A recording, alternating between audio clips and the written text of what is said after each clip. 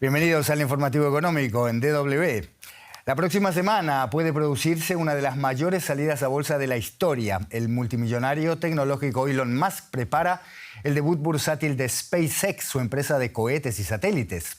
Esta salida a bolsa podría recaudar hasta 75.000 millones de dólares y valorar a SpaceX en torno a 1,77 billones de dólares. La operación significaría también un salto extraordinario de la fortuna personal de Musk.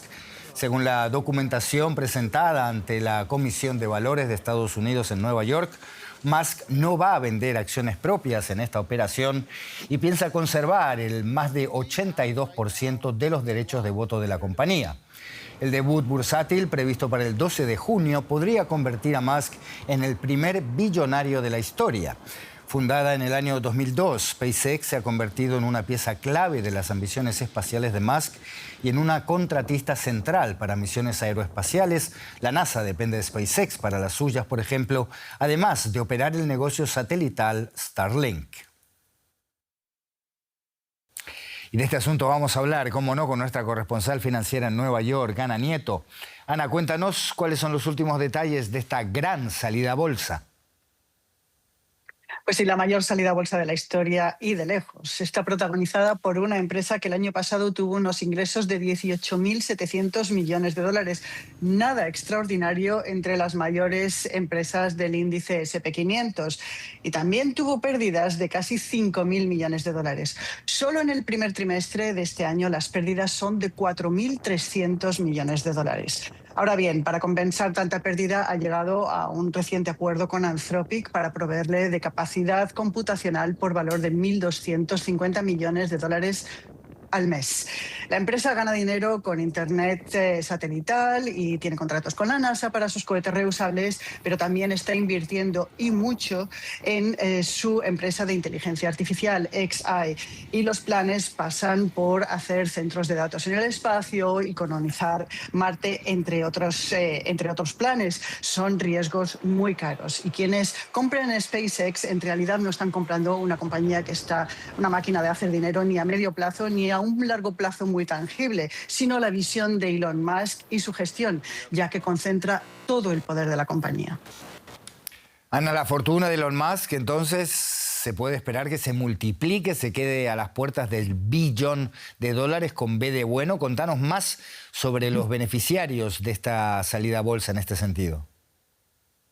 Sí, se queda a las puertas del billón de dólares y puede cruzarlas en cualquier momento si la salida va bien. Un hito en la historia del dinero, de cómo se gana y de cómo se reparte.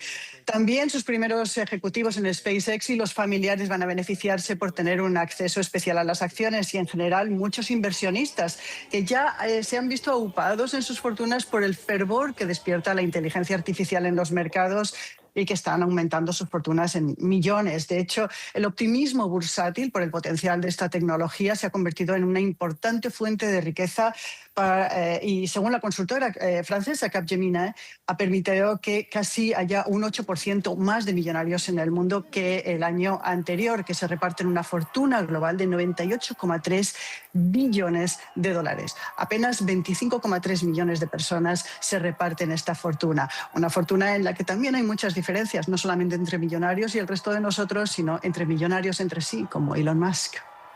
Gracias por este análisis, Ana Nieto, en Nueva York. Gracias. En San Petersburgo, el presidente ruso Vladimir Putin busca mostrar a sus invitados internacionales que Rusia sigue en pie 4 años después del inicio de la guerra en Ucrania. El foro de inversiones PIEF es el quinto desde el comienzo de la invasión rusa a gran escala de Ucrania el 4 de febrero del año 2022. Los temas que se tratan ahí van desde la alianza OPEC Plus hasta el uso de inteligencia artificial en guerras informativas. Este año participan representantes de más de 130 países, entre ellos Estados Unidos. Desde Alemania también viajaron a San Petersburgo 2 diputados del Parlamento alemán por la AfD, partido parcialmente clasificado como de extrema derecha por los servicios de inteligencia alemanes. Reluciente y bajo estricta vigilancia. Así luce el centro de conferencias en las afueras de San Petersburgo. En el foro económico, el presidente ruso Vladimir Putin busca atraer inversores extranjeros para reactivar una economía golpeada por la guerra. Desde 2022, con el inicio de la guerra en Ucrania y las distintas sanciones, las relaciones económicas de Rusia se han desplazado con fuerza en dirección a Asia. China se convirtió en su principal socio comercial. Más del 30% de las exportaciones rusas van a este país. Le sigue India con más del 13%, país que sigue comprando petróleo ruso. En tercer lugar, Turquía, con alrededor del 10%. La Unión Europea, que antes era el principal socio de Rusia, cayó drásticamente. Según un análisis del Instituto de Viena para Estudios Económicos Internacionales, la participación europea en las exportaciones rusas bajó de casi el 50% antes de 2022 a apenas algo más del 6,5%. Entre los invitados más destacados este año figuran los representantes de Arabia Saudita, un país cada vez más importante para Rusia. Tenemos muchos éxitos conjuntos, como el acuerdo de la OPEP, que ayudó a estabilizar los precios y la oferta y la demanda en los mercados energéticos. Tenemos muchas inversiones con Arabia Saudita, entre ellas en infraestructuras. Poco antes de la apertura del Foro Económico Internacional de San Petersburgo, Ucrania atacó objetivos en territorio ruso, entre ellos una terminal petrolera y una fábrica de armamento en la región central rusa de Tambov. Para muchos, un intento de Ucrania de generar incertidumbre entre inversores y alejarlos del foro. A pesar de vender una imagen positiva de la economía rusa, Putin envió un mensaje directo a Alemania para que vuelva a comprarle gas del gasoducto Nord Stream, destruido casi en su totalidad por, según el presidente ruso, un ataque estadounidense. Uno de los conductos pudo salvarse y puede funcionar, pero está bajo sanciones estadounidenses. Si el gobierno de la República Federal de Alemania llega a un acuerdo con sus socios, las sanciones se levantan. Presionamos el botón y el gas fluye. Mañana mismo.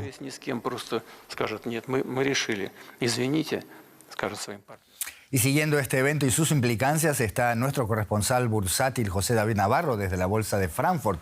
José, cuéntanos para empezar, ¿en qué medida ha quedado Rusia aislada económica, financieramente con la invasión de Ucrania y qué espera Putin de este foro en San Petersburgo? ¿Cómo puede compensar esta situación? Hola Andrés, ¿qué tal? Bueno, Rusia ha quedado aislada efectivamente de Occidente por las sanciones, pero sigue teniendo el apoyo de Asia, en concreto de Rusia y también de India. Y ahora, Andrés, más que nunca, debido al cierre del estrecho de Hormuz y a la guerra en Irán, los países y las economías asiáticas buscan sustituir las importaciones de crudo y de fertilizantes, también muy importantes, que antes obtenían de los países del Golfo.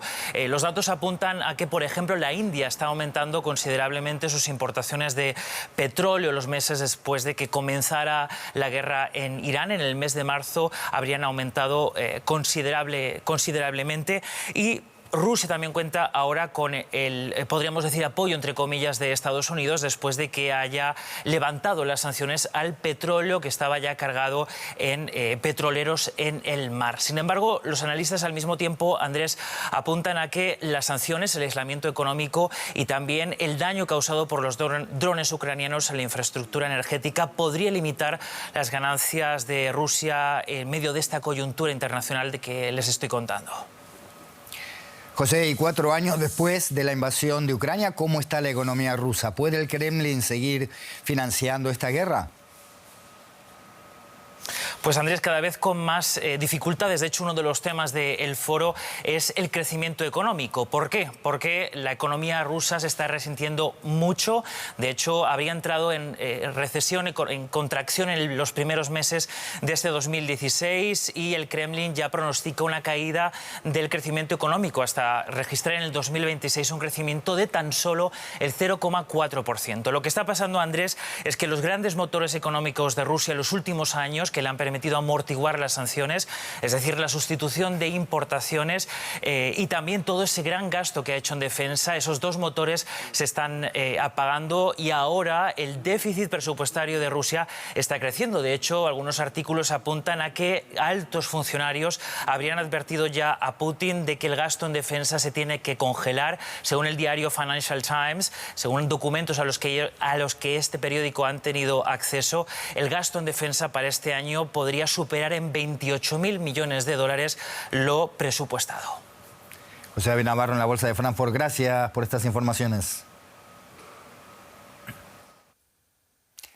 La presidenta interina de Venezuela llegó el miércoles a Nueva York con el objetivo de reforzar la cooperación entre su país, exportador de petróleo, y la India, el tercer mayor importador de petróleo mundial. Este jueves, Delcy Rodríguez mantuvo conversaciones con el primer ministro indio Narendra Modi en Nueva Delhi, centradas en seguridad energética y las relaciones comerciales.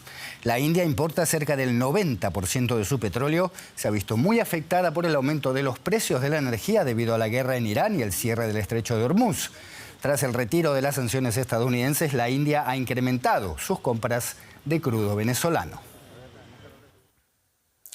Y Cuba, ya golpeada por la caída del turismo, enfrenta ahora la retirada o reducción de operaciones de varios grupos hoteleros internacionales como las españolas Iberostar y Meliá. El caso más reciente es el grupo asiático International Archipelago, que llegó a gestionar 6 hoteles en la isla bajo la marca Aston. Ha puesto fin a sus operaciones en Cuba, según confirmaron 2 fuentes a la agencia AFP.